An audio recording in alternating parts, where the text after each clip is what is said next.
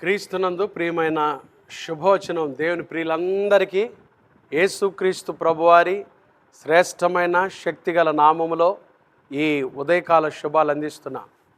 దేవుని మహాకృప వలన ఈ దినాన్ని లేచి ప్రభుని స్తుతించి ఆయన మాటలు వినే భాగ్యాన్ని ప్రభు మనకు దయచేసినందుకై దేవునికే మహిమ కలుగునుగాక. ఎలా ఉన్నారు? ఆరోగ్యంగా ఉన్నారా? లేచి ప్రభుని స్తుతిస్తున్నారా? ఘనపరుస్తున్నారా? మరొక దినం యేసయ్య మనకు ఆశీర్వాదకరముగా ఈవిగా దయచేసినందుకై దేవునికి మనం కృతజ్ఞతలు చెల్లించాలి. ఈరోజు శుభవచనం కొరకై 81వ సంకీర్తన 16వ వచనం. అతి శ్రేష్టమైన గోధుమలను అనుగ్రహించి నేను వారిని పోషించుదును, కొండ తేనెతో నిన్ను తృప్తిపరచుదును. హల్లెలూయా. ఈరోజు ఈ రెండు మాటలు మీకు జ్ఞాపకం చేస్తా. పోషించే దేవుడు, తృప్తిపరిచే దేవుడు.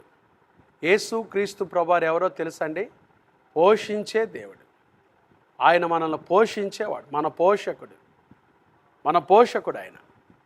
పాత నిబంధన గ్రంథంలో ఆదికాండం 50వ అధ్యాయంలో వృద్ధాప్యంలో యాకోబు చనిపోతాడు. యాకోబు చనిపోయిన తర్వాత యోసేపు అన్నలు భయపడతా ఉంటారండి.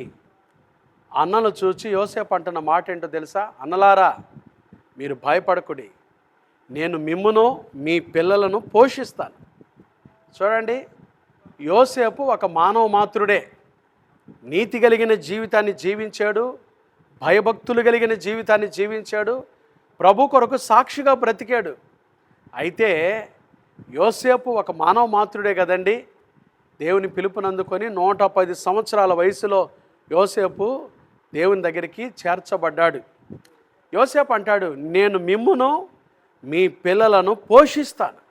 చూడండి, యోసేపు చనిపోయాడు. ఆ మాట అన్న యోసేపు చనిపోయాడు, కానీ యోసేపు నోటిలో నుంచి ఆ మాట పలికించిన దేవుడు, ఇశ్రాయేలుకు కాపరి, సజీవుడైన దేవుడు, సర్వశక్తి కలిగిన దేవుడు, నిత్యము మనల్ని పోషించే దేవుడు, ఆయన చనిపోలేదండి.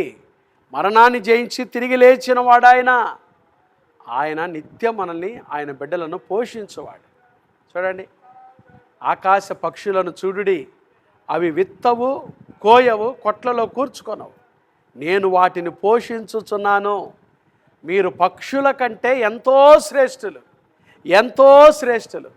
చూడండి, అడవి పువ్వుల కంటే, కాకుల కంటే, పక్షుల కంటే మనం ఎంతో శ్రేష్ఠులం. ఎందుకో తెలుసా? ప్రభు మన కొరకై కల్వరి శిలువలో తన ప్రశస్తమైన రక్తం ఇచ్చి విలువ పెట్టి మనల్ని సంపాదించుకున్నాడు. కాబట్టి మనం ఎంతో శ్రేష్ఠులం. యేసయ్య మనల్ని పోషించువాడు, మన భారము భరించువాడు. ఆయన పోషించువాడు మాత్రమే కాదు, అతి శ్రేష్టమైన గోధుమలను అనుగ్రహించి. చూడండి, పోషించేవాడంటే ఏదో 3 పూట్ల ఆహారం పెట్టడమే కాదు, ఆ పెట్టే ఆహారంలో కూడా ఎటువంటిదంట? అతి శ్రేష్టమైనవి ఇచ్చి, అతి శ్రేష్టమైన వాటితో పోషించేవాడు. చాలాసార్లు లోకస్తులు ఈరోజు ఎట్లా జరిగిద్దా అని అనుకుంటారండి. దేవుని బిడ్డలు ఎప్పుడైతే మొదట ఆయన రాజ్యాన్ని, నీతిని వెతుకుతారో, ప్రభు ఆ రోజు వారిని అతి శ్రేష్టమైన గోధుమలనిచ్చి, అతి శ్రేష్టమైన వాటిని అలంకరించి, అతి శ్రేష్టమైన వాటితో వారిని పోషించువాడు. యేసయ్య మనల్ని పోషించువాడు, అతి శ్రేష్టమైన వాటితో పోషించువాడు మాత్రమే కాదు, ఇదే వచనంలో కొండ తేనెతో నిన్ను తృప్తిపరచును. కొండ తేనె, పరిశుద్ధ బైబిల్ గ్రంథంలో తేనె దేవుని వాక్యానికి సాదృశ్యంగా ఉందండి. జుంటె తేనె ధారల కన్నా నీ వాక్యము మధురమైనది అంటాడు దావీదు. మంచి వాక్యముతో, శ్రేష్టమైన అనుభవాలతో యేసయ్య తన ప్రజలను తృప్తిపరచువాడు. లోకంలో తృప్తి అనే మాట లేదండి. లోకంలో అసంతృప్తి, లోకంలో అసమాధానము, లోకంలో సనుగుడు, గొనుగుడు ఉన్నాయి. కానీ క్రీస్తు యేసునందు విశ్వాసం ఇచ్చిన దేవుని బిడ్డలకు సంతృప్తి ఉంది, సమాధానం ఉంది. ఆయన సంతృప్తి పరిచేవాడు. కొండ తేనెతో నిన్ను తృప్తిపరుస్తాడు. కొండ తేనె ఎంత స్వీట్గా ఉంటుందో, ఎంత మధురంగా ఉంటుందో కదండి.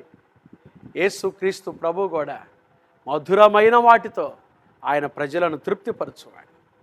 ఈరోజు నీకు తృప్తి ఉందా? తృప్తి పొందుకుంటున్నావా?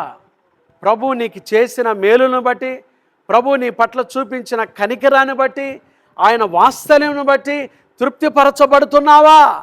ప్రభు నీకు చేసిన మేలును బట్టి. ఏం చేశాడు అని ఎప్పుడు ఇదే మాట అంటావు కానీ, కల్వరి సిలువలో నీ కొరకు ఈ లోకానికి వచ్చి మన పాపం నిమిత్తం సిలువలో మరణించి సమాధి చేయబడి మరణాన్ని జయించి తిరిగి లేచి నీకు నిత్య జీవాన్ని సిద్ధపరిచిన ఆ ప్రభు ప్రేమను జ్ఞాపకం చేసుకుంటూ మనకిచ్చిన జీవపు వాక్యమును బట్టి ఎప్పుడు ప్రభు సన్నిధిలో తృప్తిగా జీవించాలి. దేవుని బిడ్డలు తృప్తి కలిగి ఉంటారు. దావీదు అందుకని అంటాడు, యెహోవా ఉత్తముడని రుచి చూచి తెలుసుకోండి, అప్పుడు మీరు తృప్తి పొందుతారు, అప్పుడు మీరు తృప్తిగా ఉంటారు. దేవుని తృప్తి కలిగి జీవించాలి. ఈరోజు యేసయ్య ఒకవేళ అసంతృప్తితో నడుస్తున్నావేమో, అసమాధానంతో కూర్చున్నావేమో, ఈ మాటలు వింటూ ఉండగానే నీకు తృప్తిని దయచేయునుగాక, నీ మనసులో తృప్తిని పుట్టించునుగాక, నీవు తృప్తి పొంది ఆశీర్వదించబడుదువుగాక, నీ పిల్లలను బట్టి తృప్తి పొందుదువుగాక, నీ సంతానాన్ని బట్టి, నీ భార్యను బట్టి, భర్తను బట్టి, బంధువులను బట్టి, సంఘాన్ని బట్టి, సేవకులను బట్టి తృప్తి పొందుదువుగాక. హల్లెలూయా.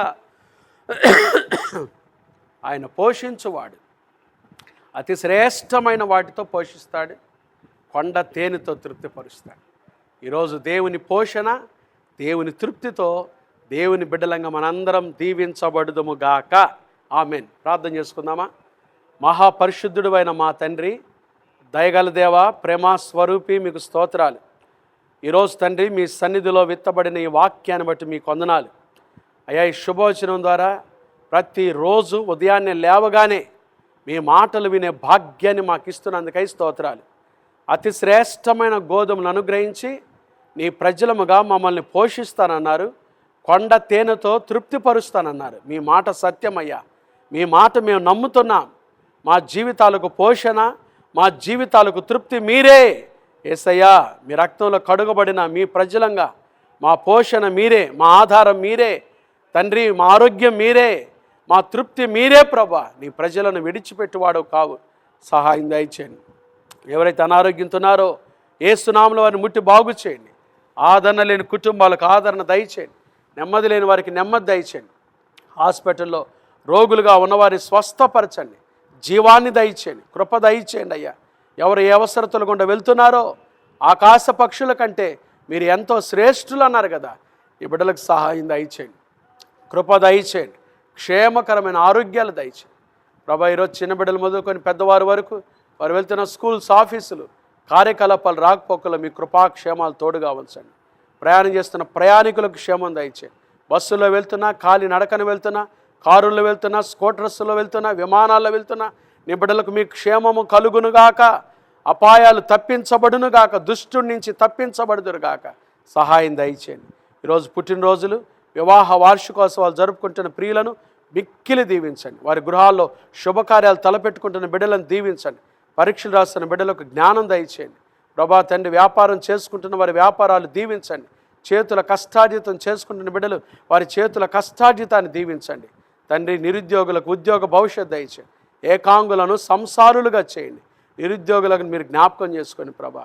కోర్టు సమస్యలతో నలిగిపోతున్న వారికి పరిష్కారం దయచేయండి. మా దేశాన్ని, దేశ నాయకులు, రాష్ట్రాన్ని, రాష్ట్ర నాయకులను మీరు దీవించండి. అధికారులందరినీ మీరు దీవించండి. ఇంకా క్రైస్తవేతరులను మీరు దీవించండి. ఈ సత్య సువార్త ద్వారా వారందరూ మిమ్మల్ని తెలుసుకోవటానికి సహాయం దయచేయండి. సార్వత్రిక సంఘాల్లో సేవ చేస్తున్న సేవకులను దీవించండి ప్రభా. నీ నామం పేరట పరిచర్లో ఉన్న సేవకులను దీవించండి. సహాయం దయచేయండి ప్రభా. కృప దయచేయండి. గర్భిణీ స్త్రీలకు సుఖమైన ప్రసవం దయచేయండి. గర్భం లేని తల్లులను జ్ఞాపకం చేసుకోండి. నీ కృప దయచేయండి. ఏకాంగులను సంసారులుగా చేయండి. ఎవరు ఏ అవసరతల్లో ఉన్నారో నీ బిడ్డల అక్కర్లు తీర్చి వారిని పోషించి తృప్తిపరిచి ఒక్కొక్కరిని మీరు ఆశీర్వదించి నీ బిడ్డల పక్షాన కార్యాలు చేయమని సిబిసి కుటుంబాలు ప్రభా సేవకునితో కలిసి యాత్రలో ఉంటుండగా నీ బిడ్డల క్షేమం దయచేయండి. ప్రయాణంలో మీ క్షేమాన్ని దయచేయండి. చుట్టూ మీ కంచె వేయండి. అనేకమైన అనుభవాలు నడిపిస్తున్నందుకై మీ వందనాలు చెల్లిస్తూ సంఘము చుట్టూ, కుటుంబాల చుట్టూ మీ కంచె వేయమని, మీ రాకడ కొరకై మమ్మల్ని సిద్ధపరచమని యేసు నామమున ప్రార్థిస్తున్నాము తండ్రి. ఆమేన్. త్రియేక దేవుని ప్రేమ, కృప, సమాధానములు ఈ ఉదయకాలం శుభవచనంలో పాల్గొన్న దేవుని ప్రియులందరికీ ఇప్పుడు ఎల్లప్పుడు ప్రభు రాకడ పర్యంతం సిబిసి కుటుంబాలకు, పరిచర్యలకు యేసు నామములో ప్రభు రాకడ పర్యంతం తోడై నడిపించునుగాక. ఆమేన్. God bless you.